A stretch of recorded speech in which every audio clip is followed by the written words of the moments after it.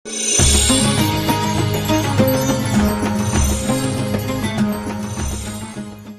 materi kelompok 1 ini, yang pertama adalah surat Al-Fatihah. Surat Al-Fatihah ini terdiri dari 7 ayat yang diturunkan di kota Makkah. Al-Fatihah merupakan surat pertama yang ditulis di dalam Al-Quran. Nama Al-Fatihah dipilih sebagai surat pertama dalam Al-Quran karena perannya sebagai pembuka dalam setiap sholat. Konsep yang terkandung dalam nama ini mengajarkan pentingnya membuka diri terhadap petunjuk Allah dan membuka pintu kesulitan untuk mencapai keberkahan dan pemecah masalah. Lalu yang kedua yaitu surat Al-Falaq. Surat Al-Falaq ini terdiri dari 5 ayat yang mana diturunkan di kota Makkah. Surat Al-Falaq memiliki arti waktu subuh dan dapat juga disebut sebagai pembelah atau yang dibelah karena Allah Subhanahu wa taala memecahkan kegelapan menjadi cahaya. Lalu yang ketiga yaitu surah Al-Kafirun. Surah Al-Kafirun ini terdiri dari 6 ayat dan diturunkan di kota Makkah. Surah Al-Kafirun memiliki arti orang-orang kafir, yang mana surah Al-Kafirun ini di dalam Al-Quran menekankan perbedaan antara keyakinan Nabi Muhammad SAW dan orang-orang dalam menyembah Tuhan.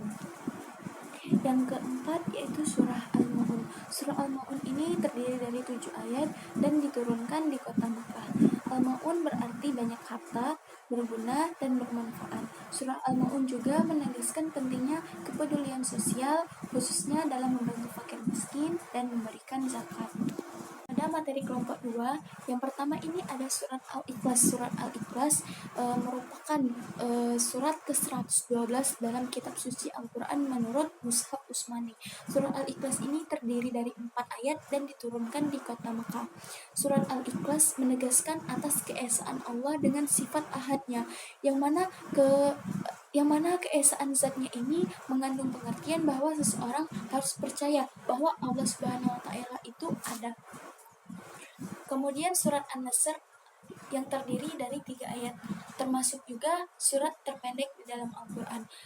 Surat An-Nasr ini diturunkan setelah terjadinya peristiwa Fathul Makkah pada bulan Ramadan tahun 8 Hijriah, dan surat ini juga termasuk dalam golongan surat Madaniyah.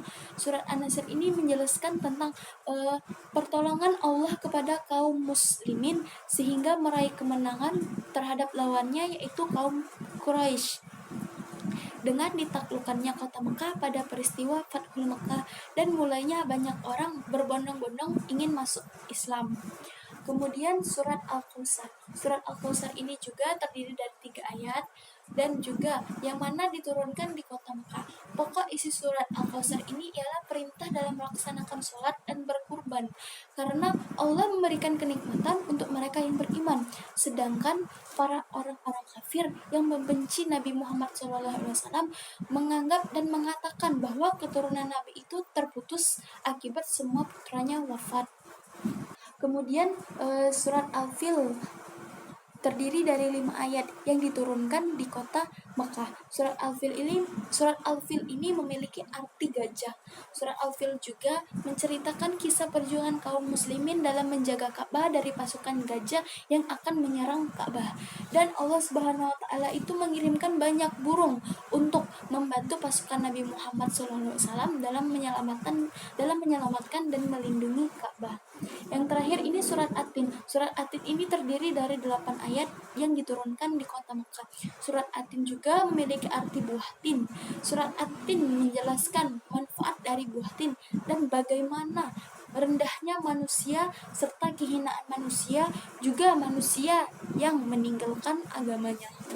Pada materi kelompok 3 ini, yang pertama yaitu surat Al-Mujadilah ayat 11, yang mana memberikan gambaran tentang perintah bagi setiap manusia untuk menjaga adab sopan santun dalam suatu majelis pertemuan dan adab sopan santun terhadap Rasulullah SAW. Lalu yang kedua ini surat Ar-Rahman, yang mana surat Ar-Rahman ini termasuk ke dalam golongan surat Makkiyah. Nama lain dari surat Ar-Rahman ini juga Arsul Quran, yang artinya pengantin Al-Quran. Isi utama dari surah Ar-Rahman ini ialah menggambarkan kasih sayang Allah yang melimpah, memberikan berbagai nikmat baik di dunia maupun di akhirat kepada hamba-hambanya yang beriman. Lalu surah An-Nisa ayat 8 di sini menjelaskan gambaran tentang waris. Sedangkan surah An-Nisa ayat 146 menjelaskan tentang perkara orang-orang munafik yang masih diberikan kesempatan bertobat sebelum meninggal. Lalu materi kelompok 4 ini ini yang pertama yaitu surat Al-Baqarah ayat 153, mengajarkan pentingnya sabar dan sholat dalam kehidupan seorang muslim. Allah memerintahkan orang-orang beriman untuk memohon pertolongannya dengan cara sabar dan sholat. Lalu surat Al-Imran ayat 134 menunjukkan karakter orang bertakwa, yaitu yang gemar berinfak, menahan marah, memaafkan, dan suka berbuat baik. Lalu surat Al-Anfal ayat 27, Allah menegaskan dua prinsip yang harus dipahami dan diamalkan dalam kehidupan sehari-hari orang yang beriman. Yang pertama yaitu larangan berkhianat yang ditujukan kepada mereka yang beriman, yaitu yang percaya kepada Allah dan Rasul-Nya serta melaksanakan ajaran Islam. Lalu yang kedua yaitu Allah memerintahkan untuk menunaikan amanah. Kemudian surat Al-Ahqaf ayat 13 menjelaskan tentang pentingnya istiqomah dalam keyakinan seseorang muslim, yang mana istiqomah ini adalah sikap teguh dalam pendirian dan konsisten dalam beriman. Pada materi kelompok 5, surat Al-Furqan ayat 63 menjelaskan pentingnya sikap rendah hati dan damai dalam berinteraksi dengan orang lain, terutama dalam menghadapi tantangan dan penolakan terhadap ajaran Islam.